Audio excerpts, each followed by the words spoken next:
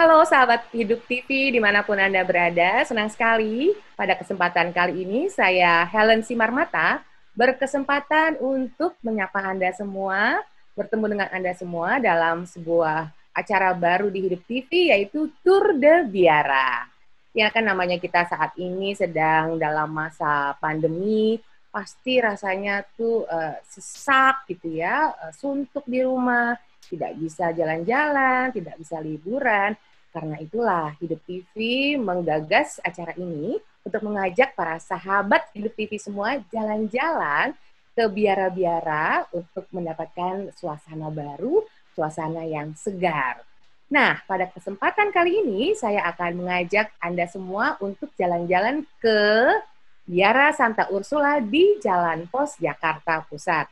Dan untuk itu tentu sangat tepat sekali kalau saya mengundang narasumber kita pada hari ini yaitu Suster Mukti Gondo Sasmito OSU. Halo Suster Mukti.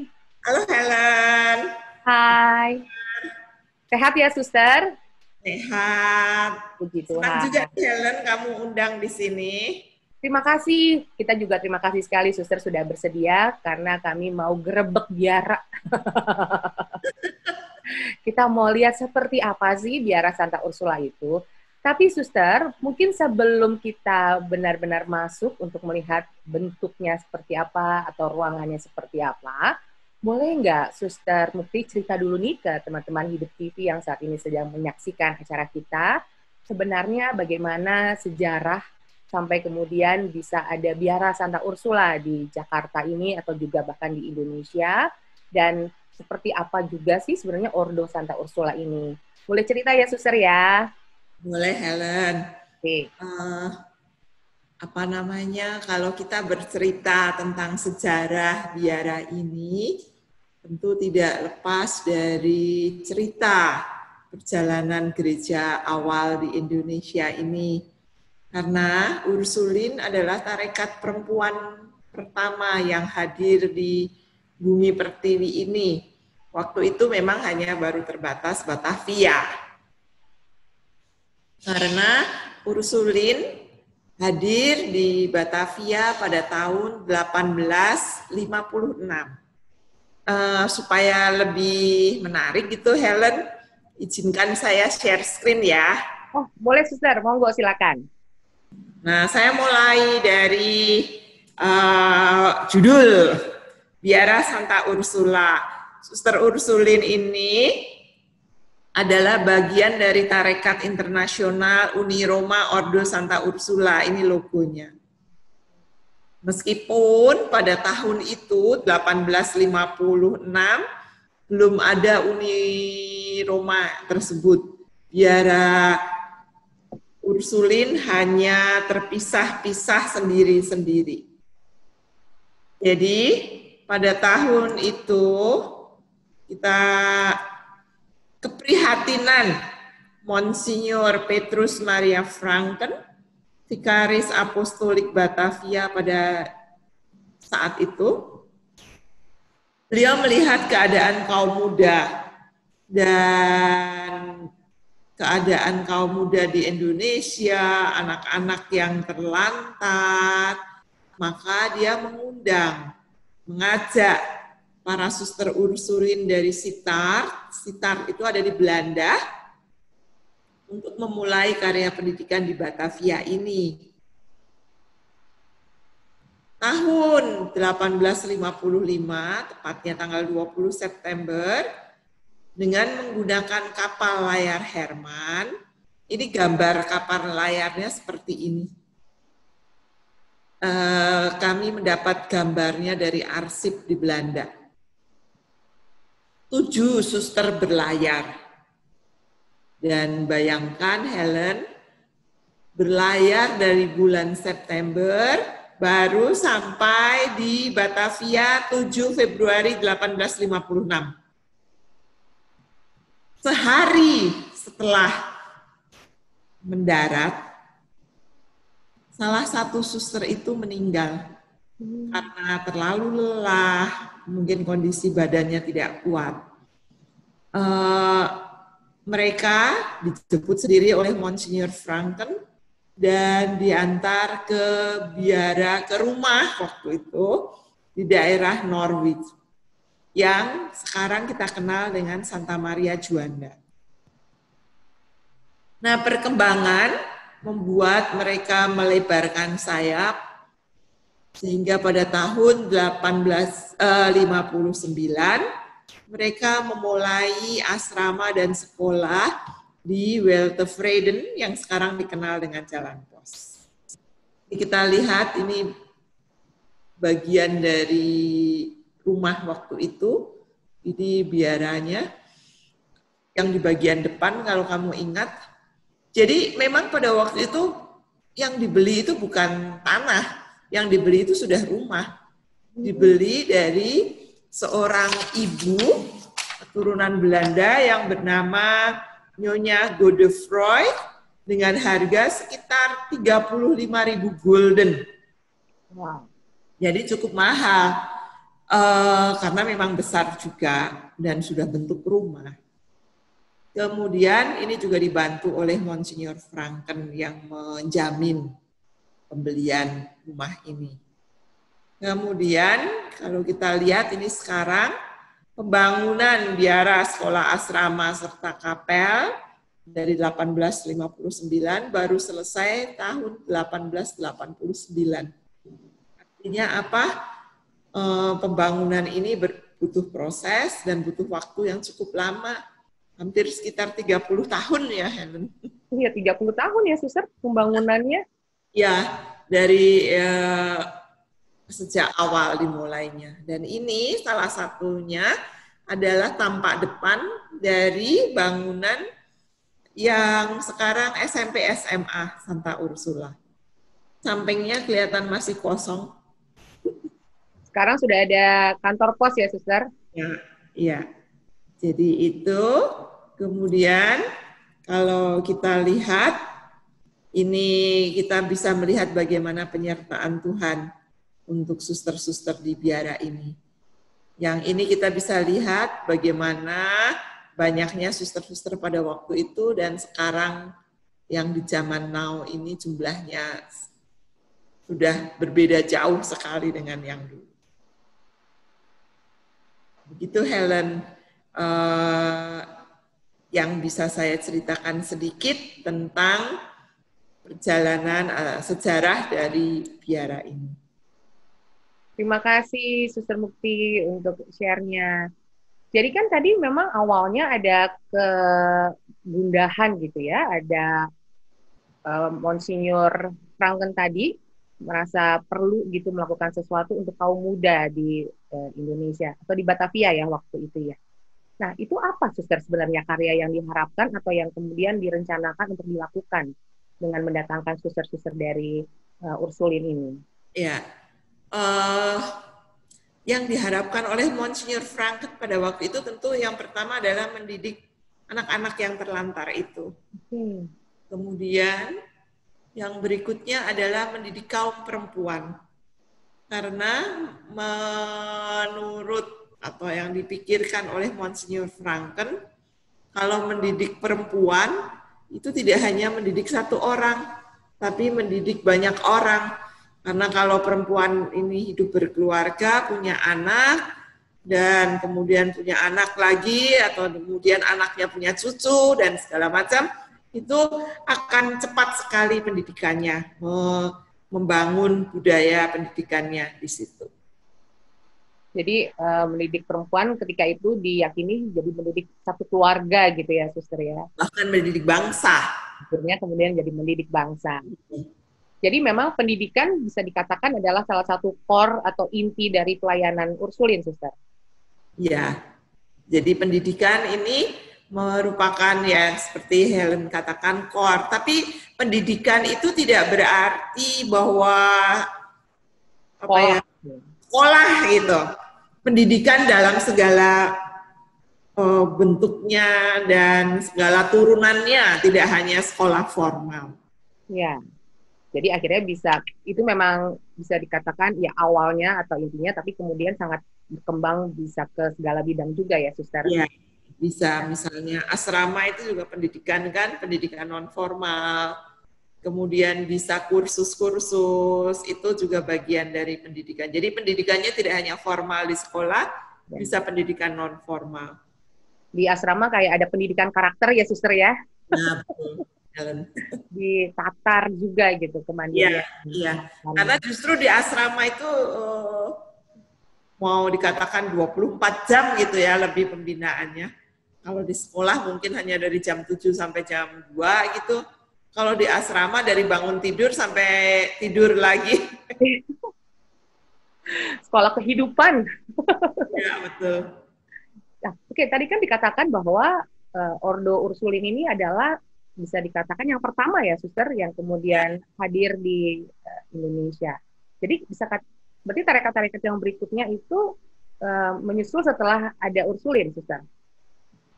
Iya, mereka datang setelah Ursulin, tapi bahwa menyusul Ursulin dalam arti mengikuti kita ya pasti tidak ya, pasti mereka dengan tujuannya masing-masing hadir di bumi Indonesia ini. Tapi jadi waktu mereka pertama kali datang ke Jakarta atau ke Indonesia itu ke rumah Ursulin dulu juga, suster? Kebanyakan iya, dari arsip-arsip yang kita punyai, itu banyak juga yang mampir, menanti, sampai mereka pergi ke daerah, itu tinggal di rumah Ursulin. Entah yang di Jalan Juanda, entah yang di Jalan Pos. Karena ya memang ini biara yang cukup besar dan cukup tua, mereka hadir di sini. Jadi untuk saat ini, kalau Ordo Ursulin ini sendiri di Indonesia itu tersebar di berapa tempat atau ada berapa biara, suster? Untuk biara Ursulin sendiri di Indonesia, kami ada banyak ya. Untuk sekitar daerah Jabodetabek aja kita ada 7 komunitas. Kemudian kita ada di Pulau Jawa, sudah pasti kami ada di Surabaya, ada di Malang, ada pusatnya di Bandung, di Solo, di Cisantana, Klaten, Batur, banyak di Jawa. Kemudian kami juga ada di Kalimantan, ada di Sulawesi, ada di Papua, ada di Flores, ada di Timor, ada yang terbaru kita ada di Nias, kemudian kita juga ada yang di luar negeri, yang masuk bagian provinsi Indonesia ya, Helen. Ada di Timor Leste dan ada di Filipina. Itu yang masuk bagian dari provinsi Indonesia. Jadi Filipina dan Timor Leste itu dikatakannya secara de jure-nya termasuk dari provinsial Indonesia gitu ya? Iya, provinsi Indonesia. Provinsi Indonesia. Tapi kalau untuk pusatnya Ursulin sendiri di Indonesia ini sebenarnya di mana, suster? Di Bandung. Di Bandung, justru. Iya, kami pusat Ursulin untuk Indonesia adanya di Bandung. Baik. Kalau di dunia ada di Roma. Oh, kalau di dunia ada di Roma. Sementara Ursulin ini juga tadi kan ada komunitas yang kemudian menyatukan ordo-ordo Ursulin di seluruh dunia. Tapi sebelumnya itu berdiri sendiri-sendiri, suster, berarti sebelum ada komunitas yang menyatukan. Ya. Dulu Ursulin itu sejarah awalnya sebetulnya Santa Angela pada waktu mendirikan tarekatnya, sebetulnya bukan tarekat, adalah Kompani Santa Ursula, itu untuk perempuan-perempuan yang mau membaktikan diri kepada Tuhan, tetapi tidak hidup di biara. Mereka tetap tinggal di keluarga masing-masing. Kemudian dalam perkembangan zamannya, karena pada waktu itu perempuan itu kan dalam tanda petik harus ada perlindungan ya, entah di biara atau menikah. Kalau di biara ya perlindungannya di biara, menikah berarti perlindungannya di suaminya. Sedangkan Angela mendirikan sesuatu yang lain, di biara tapi tidak tidak menikah tapi tidak di biara. Sedangkan dalam perjalanan waktu akhirnya karena ada uskup yang mengatakan nggak bisa, takut kalau nggak hidup di biara, ada yang hidup membiara gitu. Ada yang masih tetap seperti aslinya. Dan kemudian pada tahun 1900 diundanglah oleh Paus pada waktu itu supaya para Ursulin ini bergabung. Nah, Ursulin yang bergabung ini ada yang membentuk yang dinamakan Uni Roma. Yang sekarang ini Ursulin Indonesia bergabung di Uni Roma ini. Oh, begitu sejarahnya. Menarik sekali. Tapi akan lebih menarik lagi, Suster Mukti, kalau kami boleh melihat seperti apa sih isi biara Santa Ursula ini. Boleh nggak, Suster? Boleh. Silahkan kalau kita mau melihat biara. Saya akan mengajak Helen dan para pemirsa hidup untuk melihat tempat-tempat yang bersejarah dan juga kegiatan para suster selama masa pandemi ini. Itu Helen, silakan. Sahabat Hidup TV, kita saksikan yuk seperti apa sih biara dan kehidupan para suster di biara Santa Ursula Jalan Pos Jakarta ini. Mari. Gedung inilah yang dibeli oleh Suster Andre pada awal mendirikan biara ini. Dan memang pada awalnya sudah berbentuk gedung yang bagus. Gedung ini dimiliki oleh keluarga keturunan Belanda dan Suster Andre membelinya. Ini bagian-bagian yang awal dan tidak banyak perubahan. Mari kita lihat ke dalam.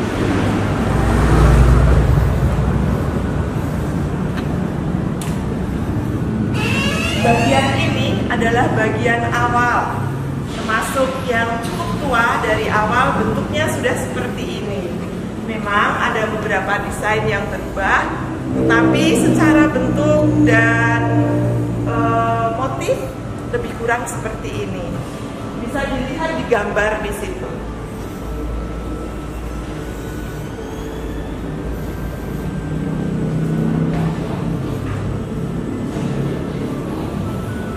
Ini adalah bentuk dari ruang ini yang terlihat pada zaman dahulu.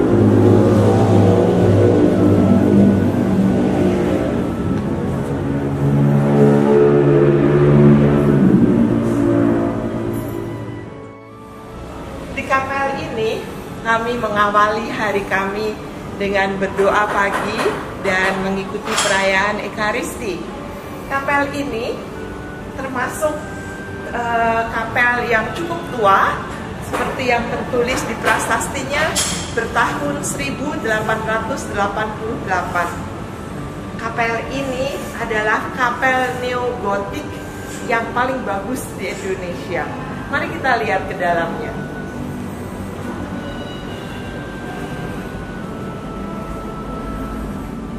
Kita bisa melihat bagaimana tingginya, bagaimana motif dari langit-langitnya yang sungguh menampakkan style dari neogotik bangunannya ini. Dan kita bisa lihat kaca-kacanya sangat indah. Mari kita lihat yang di depan. Di situ menceritakan kisah-kisah orang kudus.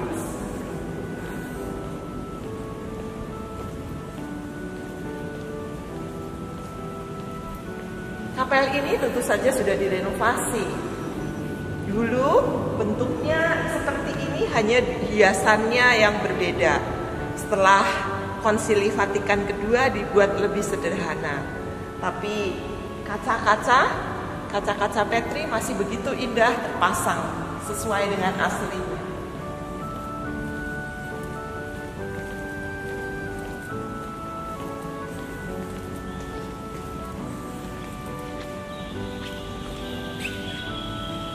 Kita bisa melihat kisah Santa Angela, kita bisa melihat kisah Santa Ursula di kaca-kaca di atas tersebut.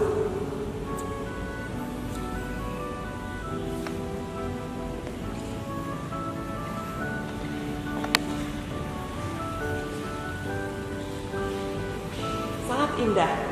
Bagaimana yang di atas sendiri menggambarkan Bunda Maria di bawah kaki salib Yesus. Kemudian bagaimana Santa Angela mendapatkan penampakannya. Kemudian kisah Santa Ursula bagaimana Santa Ursula dan kawan-kawannya di kapal. Kemudian di sini juga kisahnya Santa Ursula, bagaimana Santa Ursula mengalami kemartiran.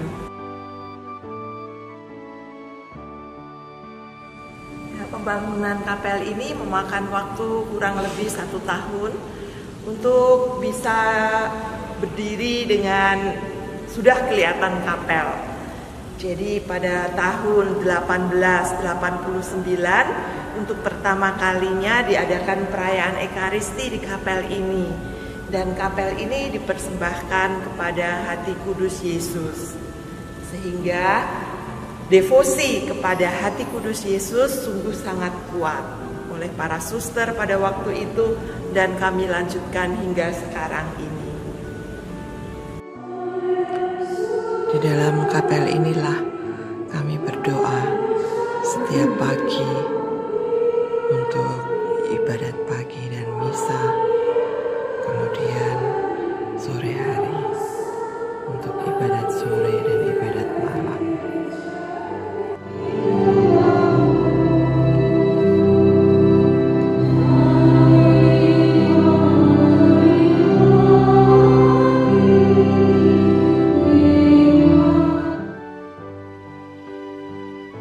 Sekarang saya berada di tengah-tengah kebun biara, tengah-tengah biara, dan di belakang saya terdapat patung Santa Ursula.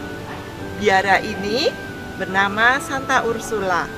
Ini patung cukup lama dan masih asli dari Paris. Nah, mari kita melihat, mengunjungi para suster, apa saja yang dilakukan selama masa pandemi ini. Mari. Ini antara lain salah satu kegiatan para suster di masa pandemi ini, berkumpul bersama, dan Suster Francesco memberi penjelasan kepada para suster yang lain tentang kejadian-kejadian sepanjang hari ini, baik di Indonesia maupun di dunia. Mari kita dengarkan mereka. Mari. Suster Francesco dan para suster, selamat pagi. Selamat pagi. Bagaimana kabarnya? Sehat? Sehat. Sehat. Mungkin Suster Francesco bisa bercerita kegiatannya apa? Ya, kegiatannya ini adalah untuk melihat, untuk mendengarkan, untuk mengetahui apa sih yang terjadi di sekitar masyarakat kita ini. Nah, sekarang kan kita ada di dalam dunia. Dunianya ini punya banyak masalah. Masalahnya itu selain COVID masih ada macam-macam. Ya.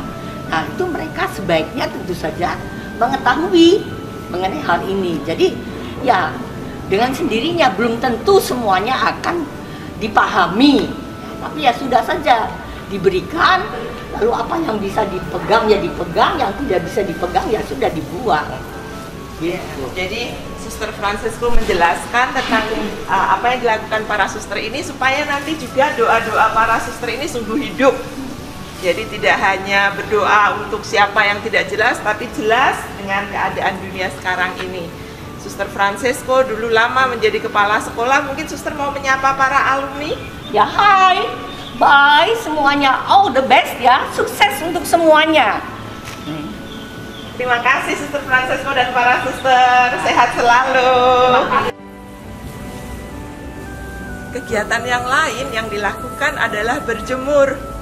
Berjemur untuk mendapatkan vitamin D sehingga dapat meningkatkan imunitas tubuh. Suster-suster berjemur setiap hari antara sekitar 15-20 menit. Mari kita lihat bagaimana saat mereka berjemur.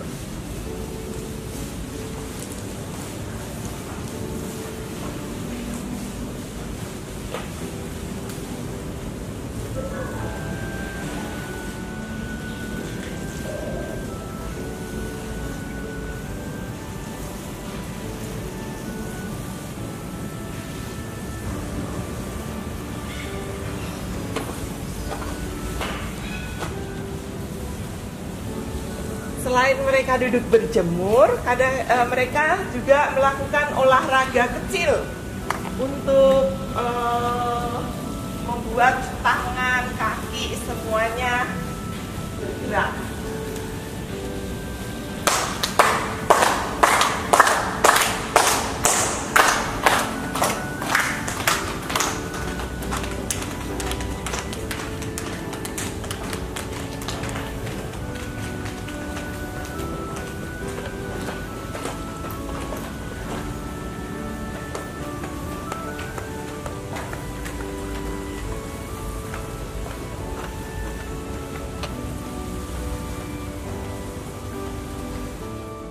Ini demi kesehatan, Suster Francesco membagi setiap orang dengan vitamin C. Sonsi, kata Suster Francesco.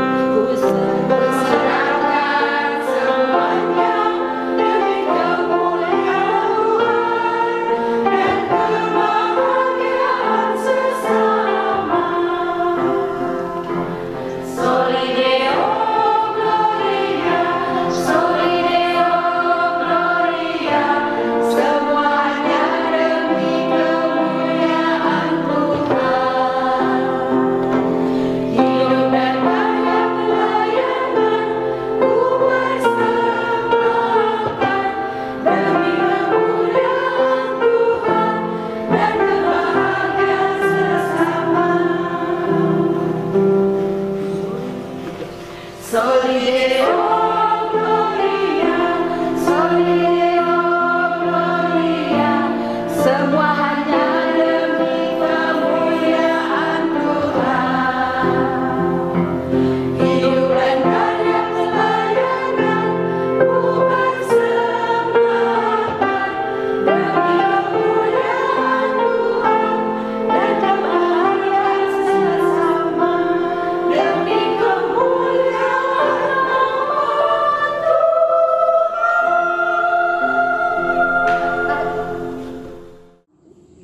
Ini seminggu sekali kami duduk bersama untuk rekreasi.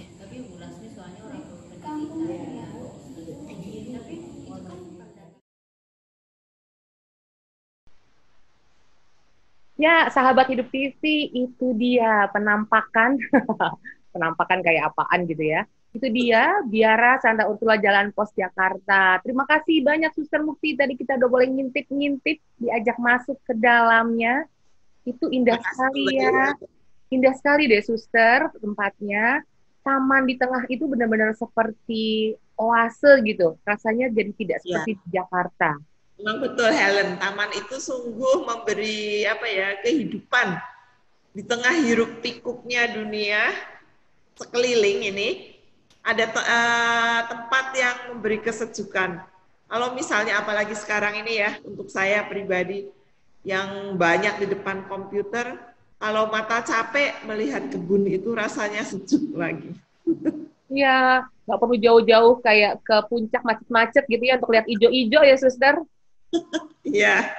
Di situ seger banget rasanya lihat hijau-hijau yang sangat tertata dengan baik gitu. Kalau boleh tahu, jadi sebenarnya saat ini jumlah suster yang ada di Biara San Nurpos itu berapa ya, Suster? Kami sekarang ber-20 Helen, dari usia yang muda, yang sekitar kepala 3, sampai yang di kepala 8. Wow, variatif sekali ya. Nah, tadi kan ada, ini kepo banget nih, Suster. Mohon maaf deh ya, namanya juga netizen. Ya kan, sahabat Hidup TV. Pengen tahu juga ruang tidurnya itu, kalau para suster itu seperti apa sih? Sebenarnya apakah tidur seperti di mens, artinya kayak barak gitu, atau ada tempat tidur masing-masing, atau ada roommate-nya, ada teman sekamar, atau seperti apa, Suster Mukti? Helen kepo sekali. Jadi begini, suster-suster tidur di kamar sendiri-sendiri. Oke. Ya, jadi kenapa sendiri-sendiri? Nggak di barak, nggak berdua atau bagaimana? Sepanjang hari kami kan sudah bersama-sama terus. Dan kamar itu adalah tempat kita beristirahat, jiwa dan raga. Dan itu menjadi tempat kita yang sungguh pribadi. Kita bisa menimba untuk keheningan, kita bisa istilahnya berkontak dengan Tuhan tanpa diganggu yang lain. Jadi memang kita sendiri kamarnya. Oh, jadi sendiri-sendiri ya, Suster ya. Ya. Baik. Kalau untuk kegiatan sehari-harinya biasanya diawali dari jam berapa, Suster? Kalau sebelum pandemi, kita mulainya jam 5.20 dengan doa pagi, ibadat pagi. Tapi selama pandemi ini bergeser sedikit, mulainya 5.40. Cuma beda 20 menit rupanya. Lumayan loh, Helen. Iya ya. Itu cukup berarti untuk melakukan banyak kegiatan ya, Suster, 20 menit itu. Lalu setelah ibadat, dilanjutkan dengan... Setelah ibadat, kita lanjutkan dengan perayaan Ekaristi. Kemudian setelah perayaan Ekaristi, biasanya makan pagi. Kemudian suster-susternya beraktivitas, ada yang ke sekolah, ada yang ke kantor. Jadi aktivitas seperti biasa.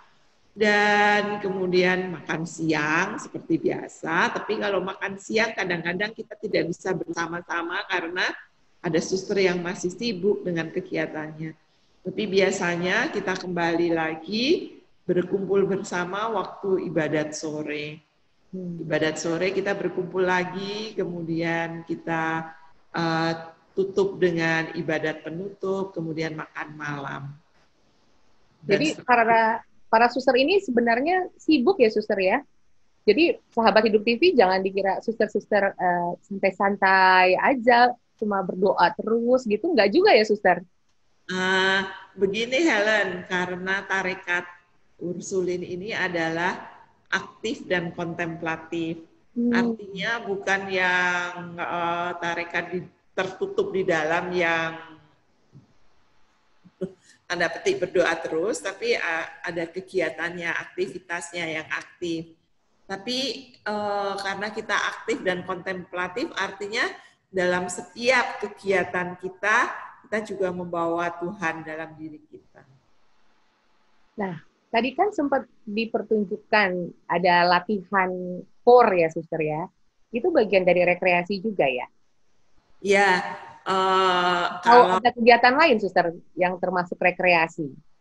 Jadi kalau latihan kur itu juga bagian dari rekreasi.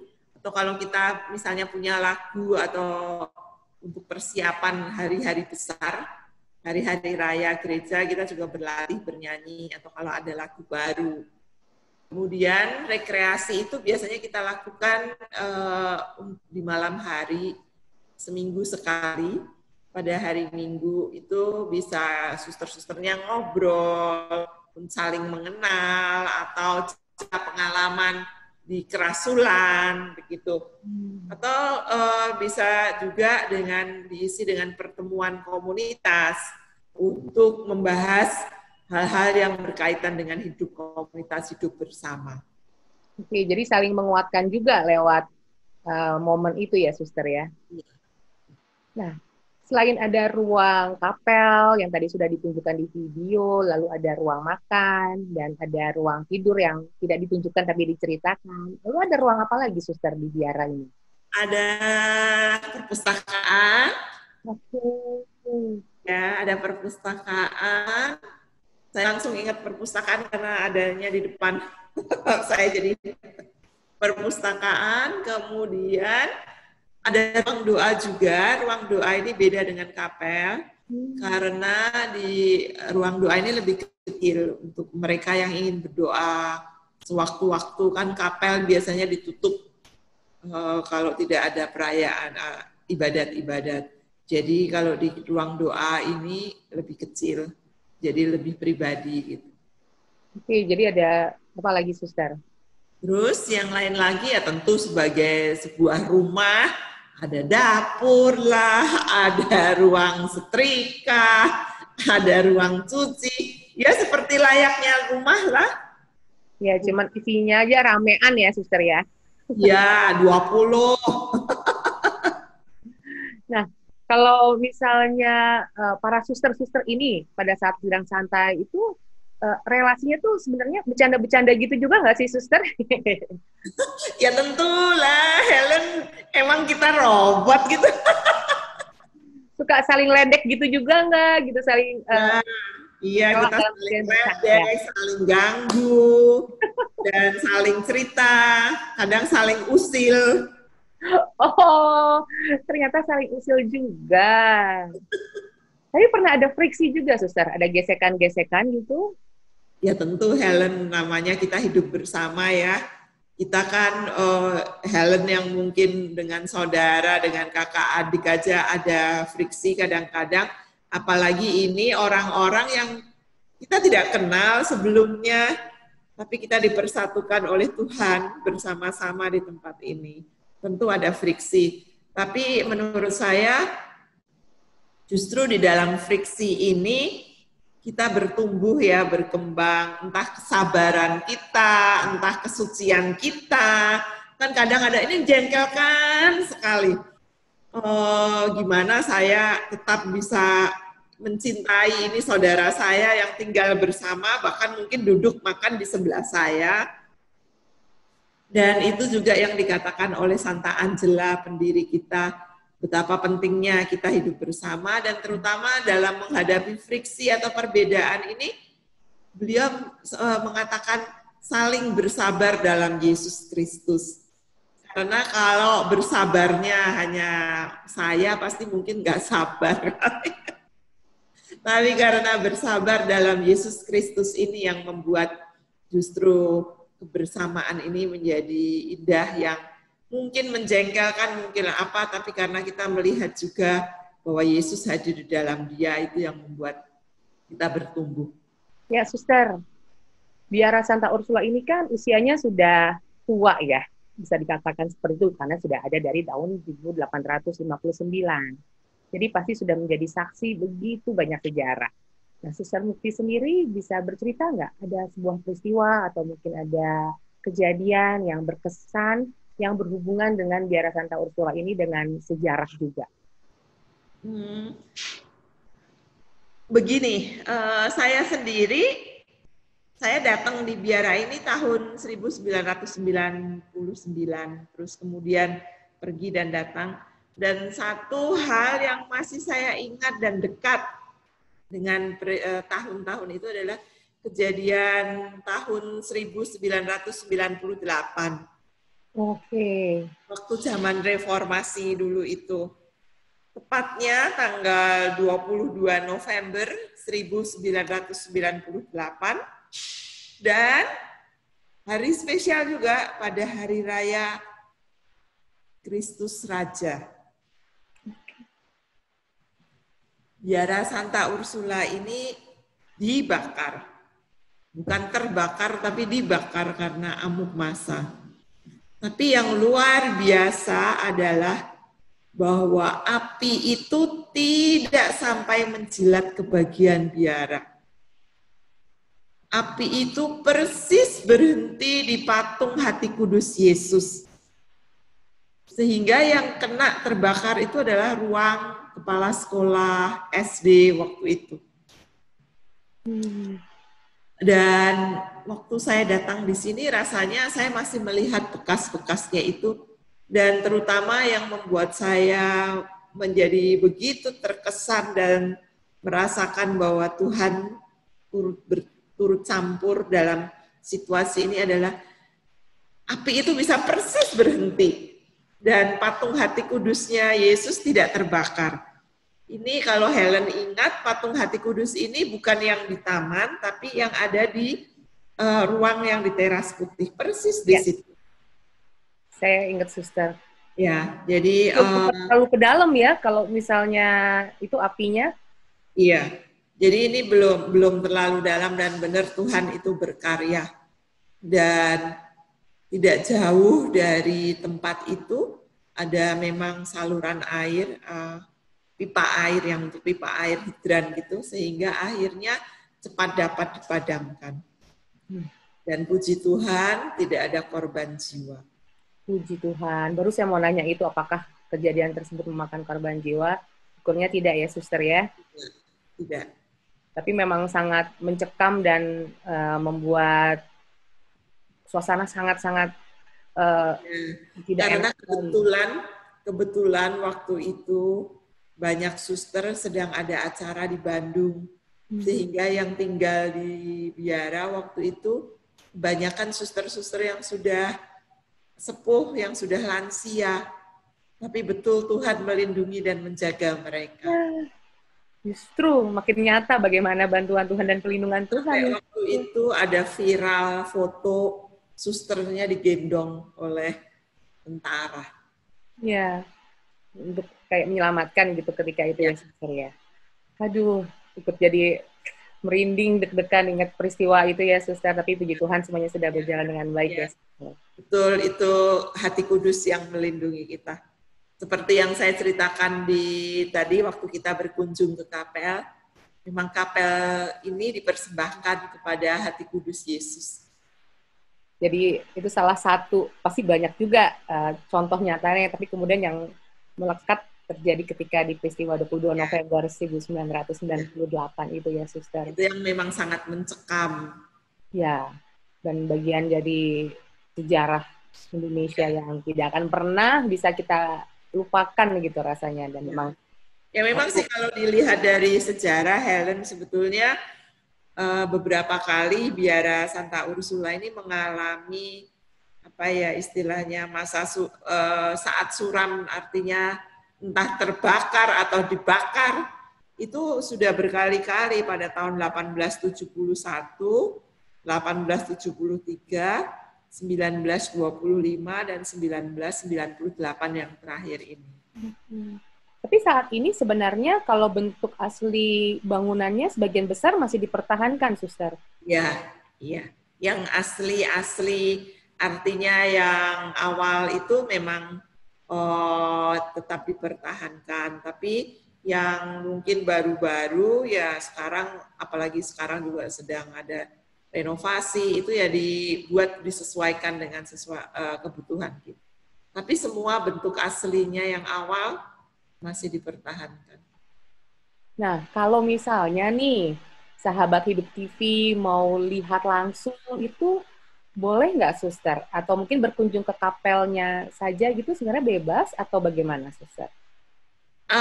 Tentu saja bolehnya sih boleh ya, Helen, kan kita. Tapi ya karena namanya berkunjung ya mesti memberitahu dulu supaya kita juga tahu siapa. Sama lah kalau kita bertamu di rumah orang harus ada. Dan memang kapel kita tidak seterbuka, tidak seperti gereja terbuka gitu. Memang harus memberitahu dulu. Tapi ada misa-misa yang bisa diikuti oleh umat umum ya, Suster? Sebelum pandemi, iya biasanya kita ada misa kalau Natal, Paskah, atau hari-hari khusus tertentu kita membuka untuk umum. Sedangkan selama pandemi ini, untuk menjaga semuanya, kita belum membuka.